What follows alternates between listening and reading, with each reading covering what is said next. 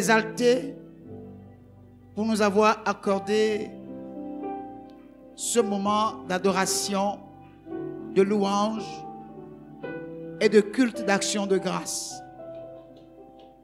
Nous te prions, Seigneur, ce matin, de te révéler à nous, de nous dire ton cœur, de nous amener à aller de l'avant, à combattre le bon combat de la foi. Seigneur, accomplis-le pour ta gloire. Au nom de Jésus, nous avons prié. Amen. Merci. Je vous salue dans le beau et précieux nom de Jésus.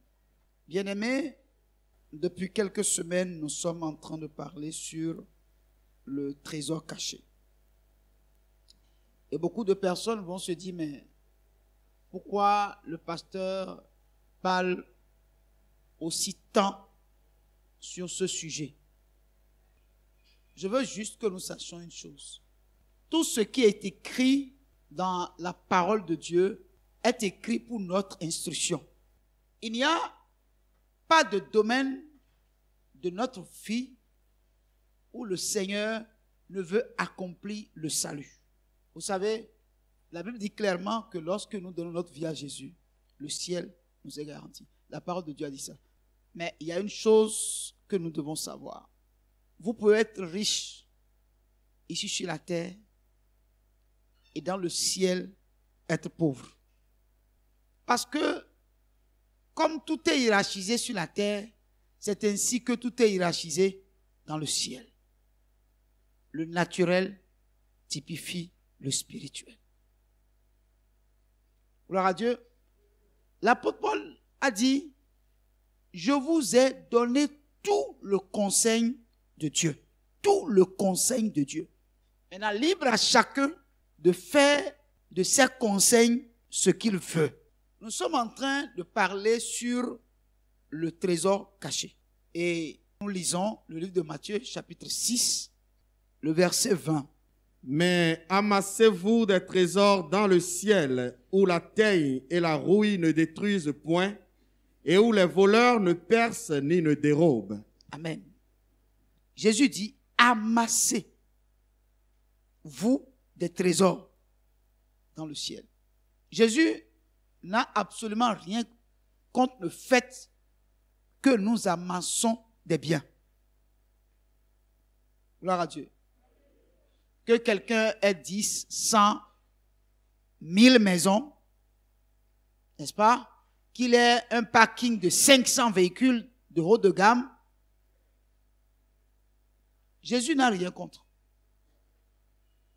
Gloire à Dieu. Il n'a rien contre.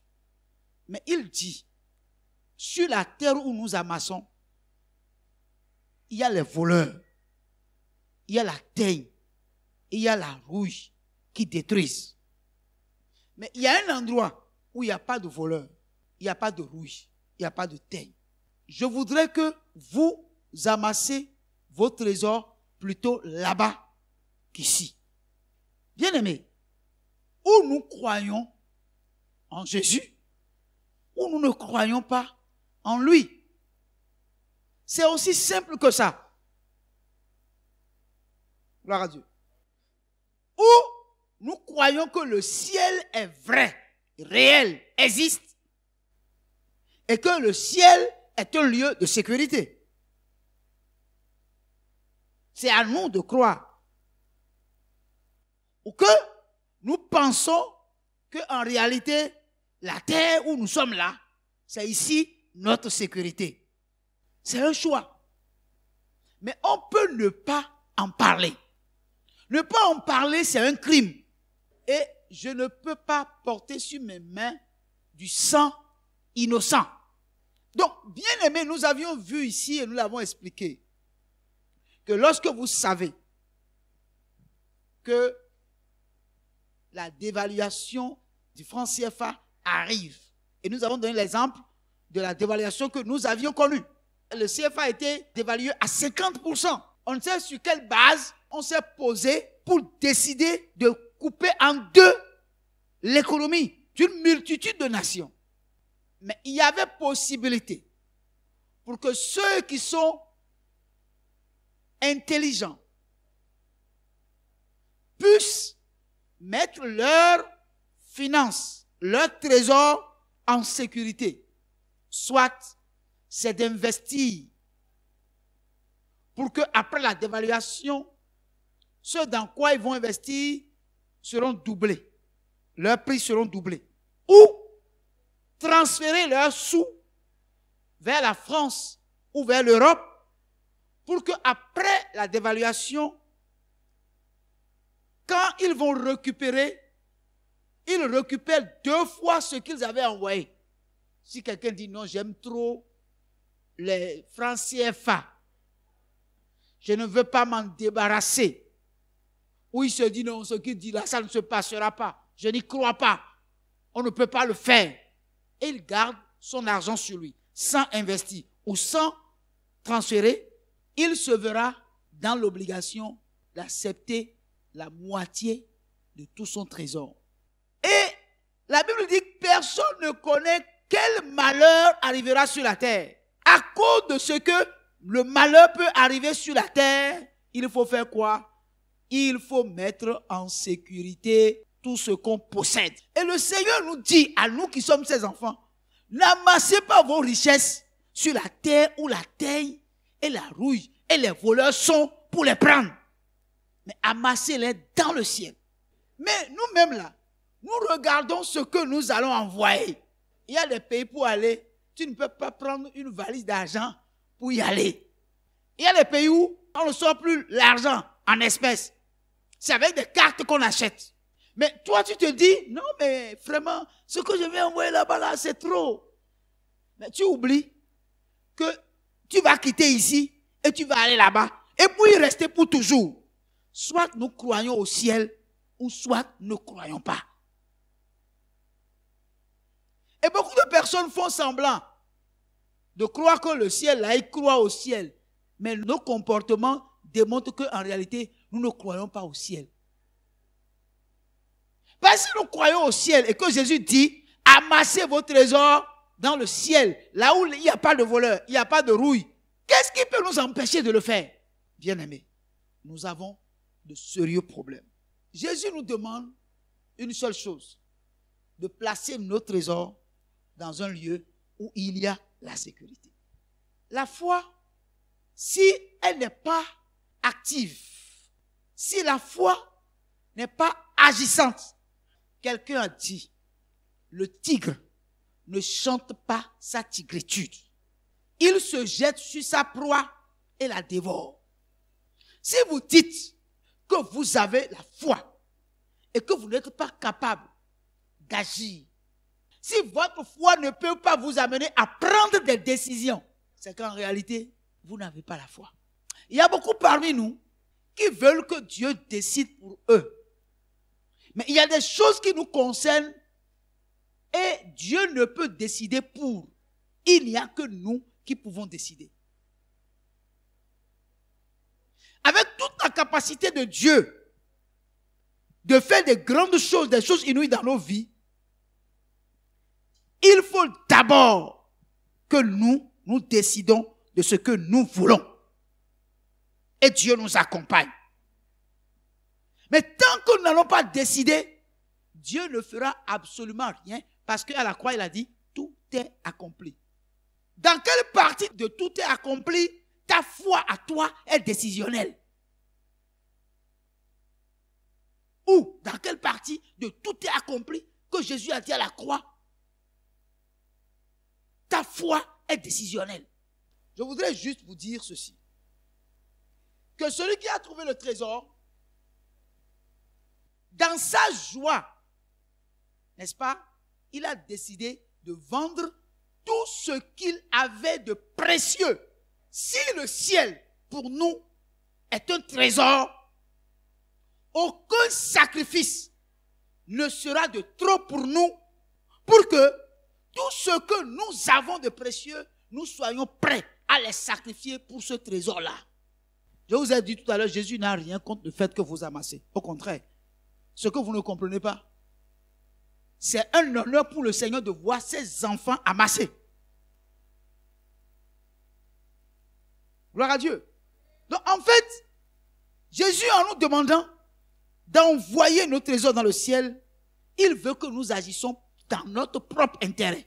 Le Seigneur a dans son trésor des richesses infinies, illimitées.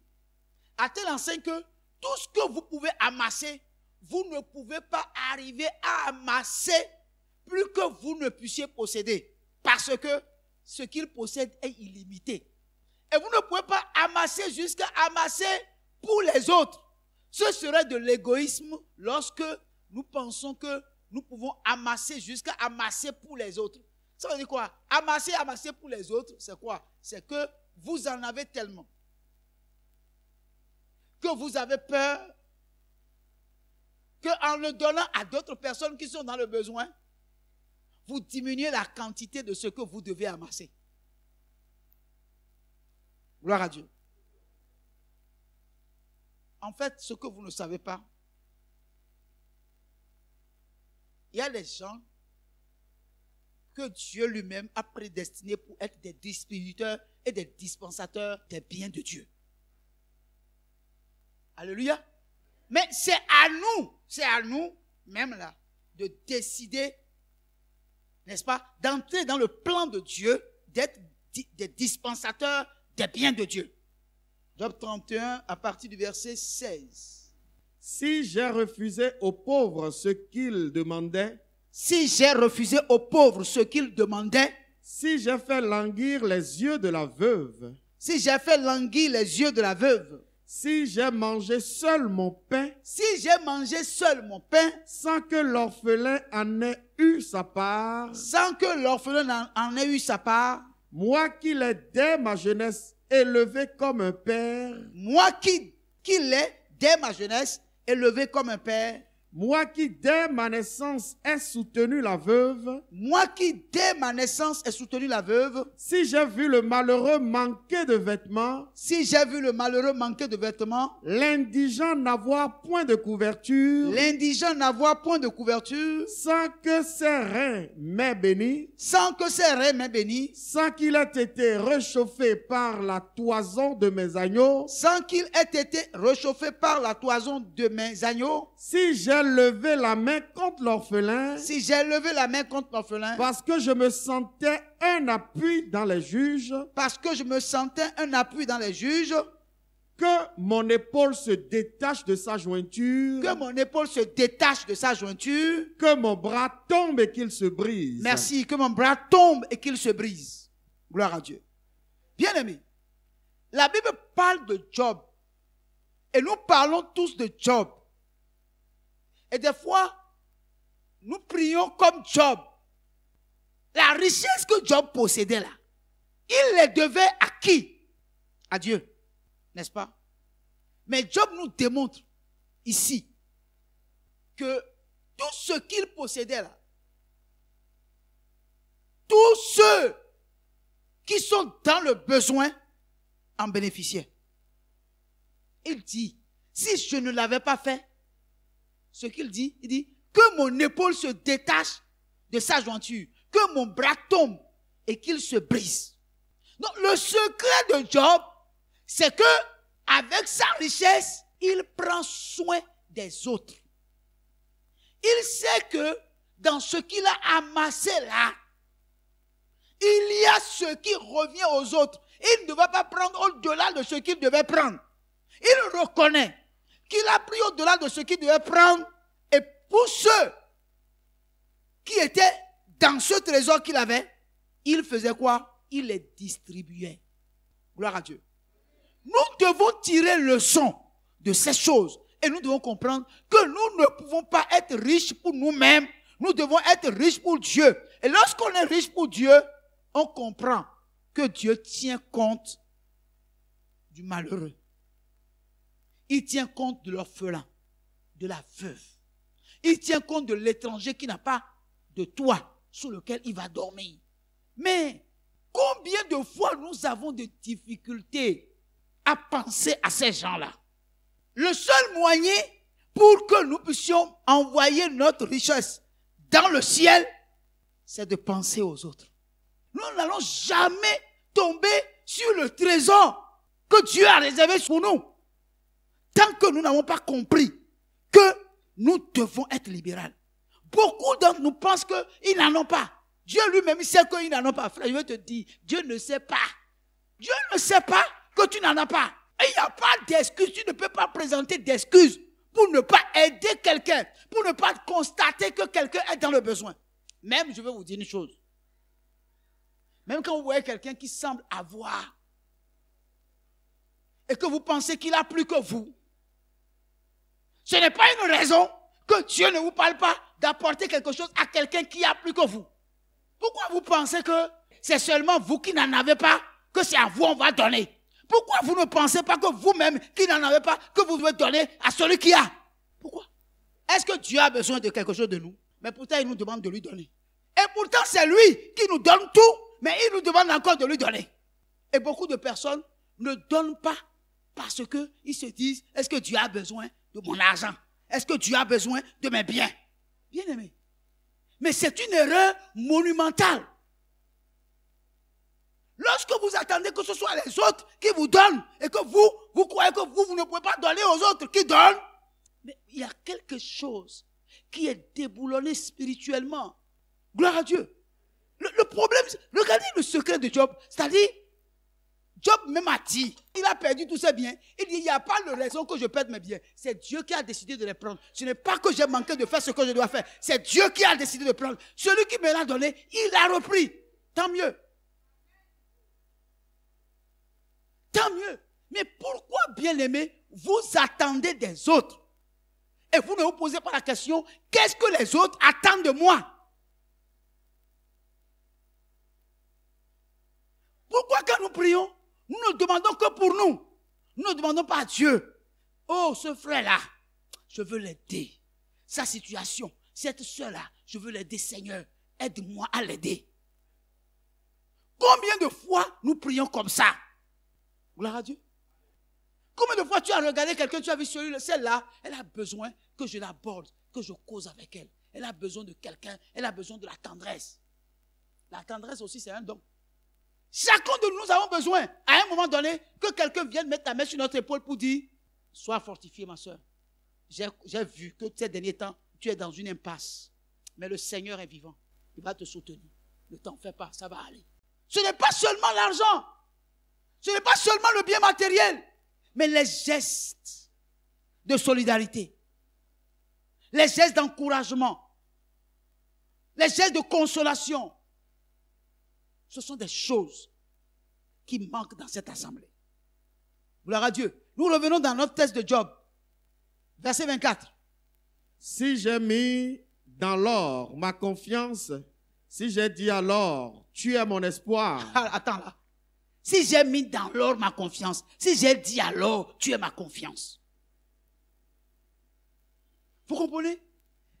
En réalité, l'argent n'est rien.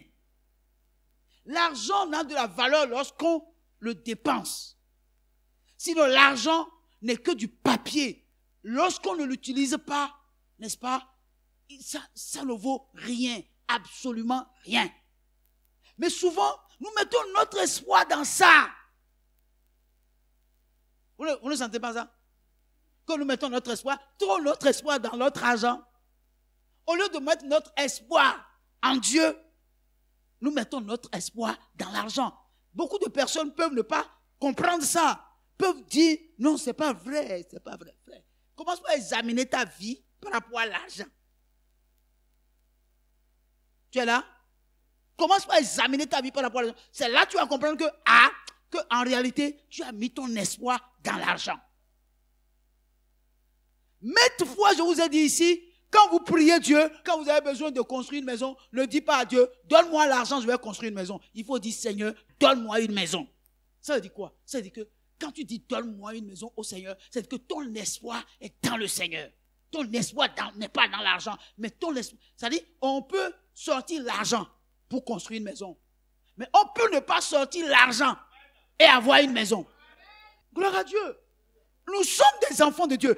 Il faut que nous réfléchissons selon l'Esprit de Dieu. Nous laissons l'Esprit de Dieu nous conduire. Ceux qui sont conduits par l'Esprit de Dieu sont fils de Dieu. Nous ne nous laissons pas conduire par l'Esprit de Dieu. C'est là le danger que nous courons. Si je me suis réjoui de la grandeur de mes biens, de la qualité des richesses que j'avais acquises. Voilà. Vous voyez? Si je me suis réjoui de la grandeur de mes biens, de la qualité des richesses que j'avais acquises. Continue. Si j'ai regardé le soleil quand il brillait, la lune quand elle s'avançait majestueuse, et si mon cœur s'est laissé séduire en secret, si ma main s'est portée sur ma bouche, c'est encore un crime que doivent punir les juges, et j'aurais renié le Dieu d'en haut.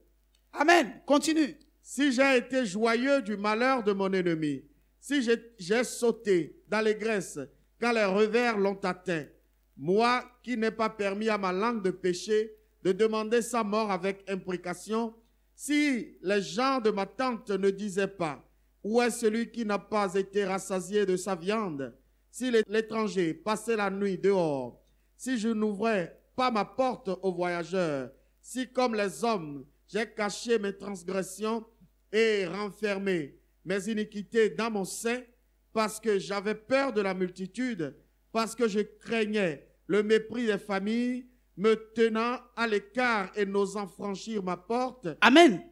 Bien-aimé, quand vous écoutez Job, c'est que il a passé sa vie à soutenir les autres.